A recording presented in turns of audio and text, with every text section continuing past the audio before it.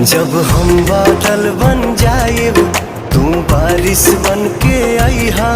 जब सांस भी कम पड़ जाए तू हमरा दिल में समईहा। रिमझिम सावन के